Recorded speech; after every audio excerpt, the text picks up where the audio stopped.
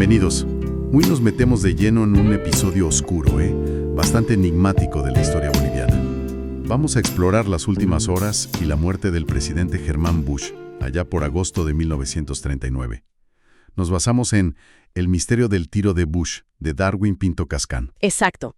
Un texto que intenta desentrañar qué pasó realmente, mirando su estado personal, las enormes presiones políticas. Y claro, el disparo fatal. ¿Qué buscamos con esto? Pues intentar aclarar los detalles que chocan, las preguntas que quedaron ahí, flotando. Preguntas sobre un momento que fue, sin duda, crucial.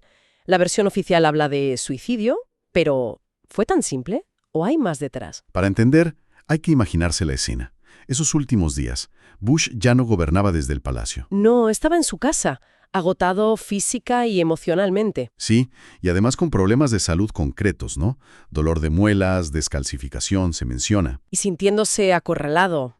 Enemigos políticos, la prensa encima. Sobre todo después de ese famoso decreto del 7 de junio. Ese decreto fue la chispa.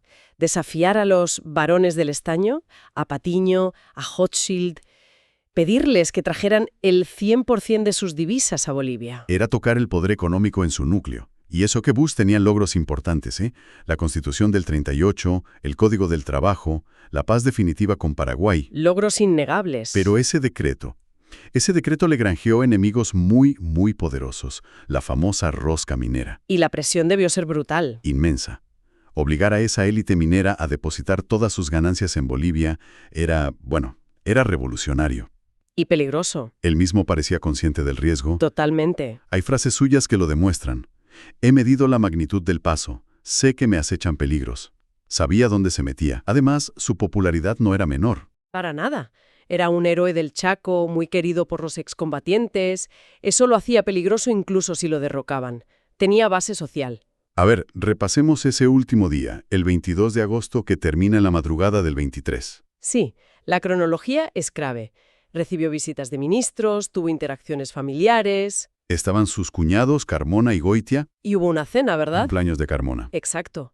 Y los testigos describen un ánimo muy cambiante en Bush. Pasaba de las bromas, cantar algo, a momentos pensativo, ensimismado. Y aparentemente muy molesto por unas cartas anónimas que había recibido. Incluso fue al dentista esa noche, fíjate qué detalle. Y entonces llegamos al punto crítico, la madrugada del 23 de agosto. Aquí la historia oficial depende exclusivamente de dos personas. Sus cuñados, Eliodoro Carmona y Ricardo Goitia, los únicos testigos. Ellos cuentan que Bush estaba en su estudio, muy abatido, quejándose de que no lo entendían. Y que sacó su pistola, una Colt 32. Sí, y que ellos intentaron impedírselo, que hubo un forcejeo. Un forcejeo para que no se disparara. Hasta que, alrededor de las 5:30 de la mañana... Se oyó el disparo. Lo encontraron herido en la sien derecha. Esa es la versión. Pero, como dices, casi al instante surgieron las dudas, muchas dudas. Exacto. Y aquí es donde la cosa se complica. Primero, ¿por qué los únicos testigos eran justamente los cuñados? Es una pregunta válida. Y luego, la descripción del forcejeo. Pues sí. A ver, dos militares experimentados. ¿No pueden desarmar a un hombre que está sentado? Suena raro, como mínimo. Y la reacción de la esposa, Matilde Carmona, hermana de Eliodoro, también es peculiar. Muy peculiar. Según los relatos, oye el tiro, baja, sabiendo que su marido andaba hablando de tiros, según parece, le toma el pulso. Y su preocupación inicial, según se cuenta, es si el médico que llamaron era amigo de Germán. Eso es. Y después, ella defendió siempre la tesis del suicidio con mucha firmeza. Hay más elementos extraños, ¿no? Sí, varios. El propio Eliodoro Carmona, el cuñado, admitió después haber manipulado el arma. Tocó el arma justo después del disparo. Eso dijo.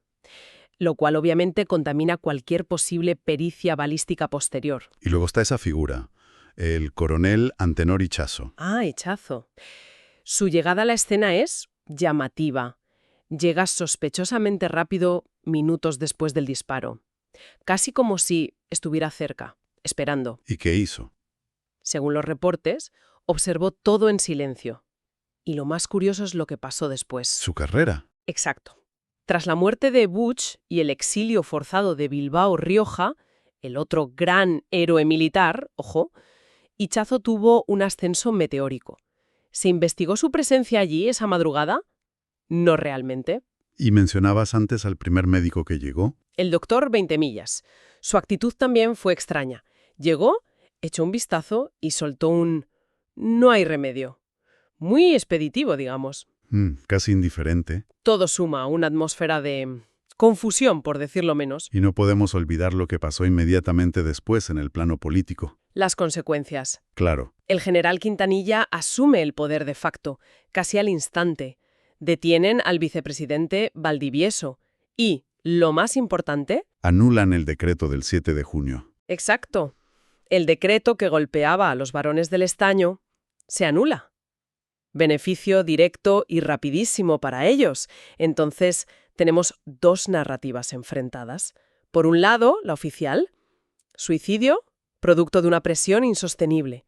Y por otro, la sospecha, alimentada por todas estas inconsistencias y por el beneficio claro para sus opositores, la posibilidad de un magnicidio orquestado. El libro de Pinto Cascán no cierra el caso, pero presenta una acumulación de indicios circunstanciales muy potentes que, como mínimo, obligan a cuestionar la versión del suicidio.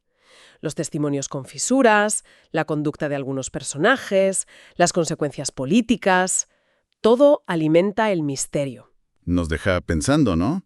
Considerando la presión real que sufría Bush, pero también los enemigos tan poderosos que se hizo con ese decreto, ¿cuánto peso le damos a esos testimonios de los cuñados con todas sus lagunas? ¿Y cuánto a las circunstancias sospechosas, a la rápida reversión de su política clave?